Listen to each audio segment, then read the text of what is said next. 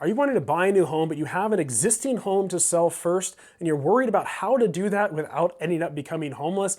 Give me the next 4 minutes, and I'm going to break down to you 10 different ways that you can make that happen. Hey everyone, my name is Curtis Chism. I run one of the top relocation services here in Idaho. I'm the #1 real estate agent in my brokerage for Idaho, and I help home sellers get the top dollar for their house when they're selling their home. And I make things like this incredibly smooth and easy and help take the stress out of it.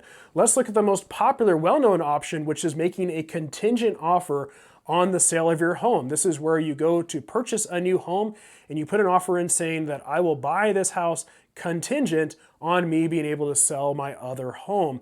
That can work in very, very balanced or buyer-centric markets. However, if it's a seller's market, then that's going to be very difficult to get that accepted. Is it impossible? No, it's not impossible. And depending on if it's new construction or resale, it may or may not work, but not the #1 option to go to, but certainly an option. Next up, we're going to have sell and rent back. This is a really popular option.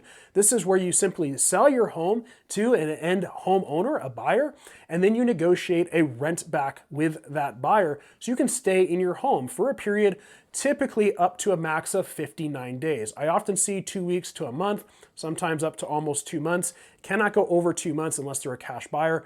Otherwise, you get into financing issues. So very popular way to sell your house and have a month or two to close on another home and move out. Next up is going to be a STR, short-term rental, Airbnb VRBO. So you could sell your home and then move into a short-term rental temporarily. Very popular if you're moving from out of state into another state, or you just need extra time to get all that cash in your bank account.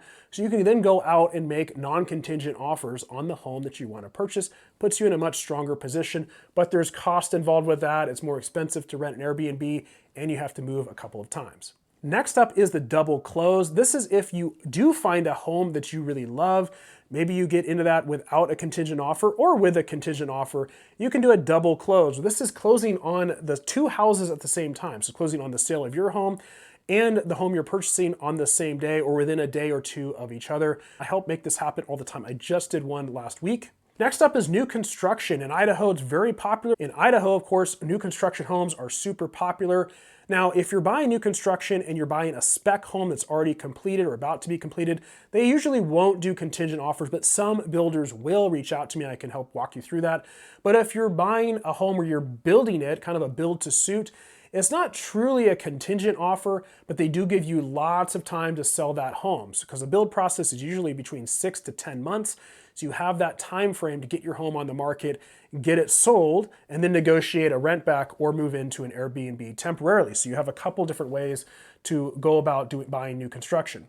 Next up are 2 more options. I don't love these options, and then we're gonna get into a couple options I really like, and that is a HELOC, or a home equity line of credit. If you need extra money to make a down payment on the house that you're buying, you could pull out a HELOC, higher interest, and of course that's gonna have to be repaid when you sell your home. Or a bridge loan is up next. This is going to allow you to keep the mortgage on your existing home and help bridge that gap of that new mortgage. And so you can basically get a loan that allows you to get 2 mortgages at the same time, make your down payments. This is expensive and it requires you to qualify for 2 mortgages at the same time. Difficult to do for a lot of people. It is an option and can work. The next option is the home trade-in program, which is essentially a modern version of the bridge loan. There's various programs I work with where they will essentially buy your home or give you a bridge loan without making you qualify for 2 mortgages at one time. They just factor out one of the homes and say, okay, we'll qualify you based on the single mortgage because we know you're going to sell your house. So that's a great program. There are fees associated with that program. The next one up is the Cash Plus offer. The program investor will come in and purchase the home from you based on your timeline, typically 14 days, but it can be longer, and you can even do a rent back with them. However, they're going to give you a lump sum up front, probably somewhere between 65 to 80% of the value of your home, minus of course whatever your mortgage is. So you get a lot up front, you get to close on your home, you don't have to carry 2 mortgages, and you can have that behind you. Then you move into your new home, and then the program comes in and we do a renovation on the home if needed, but we'll do light upgrades, whatever needs to happen to get that home in full retail mode, ready to sell, and then we'll relist that house for you. You get control over what offers are ultimately accepted to make sure that the offers don't come in low and they're just trying to offload the house and not get you the most money. And then you get the difference on the back end. So let's say you had a $750,000 home.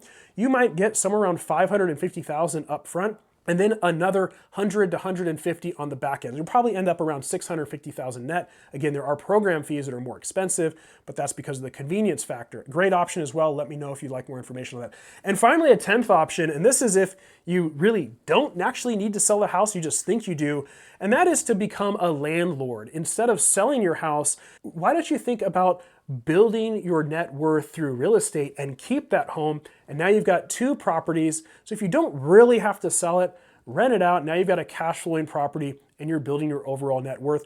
Just one other option to think about instead of just rolling over from one house to the next and actually building your wealth. If you're looking to implement any of these options when you're looking to sell your home and buy a new one, all you got to do is reach out to me via phone, text, or email. I'm happy to chat through all the available potential options for you.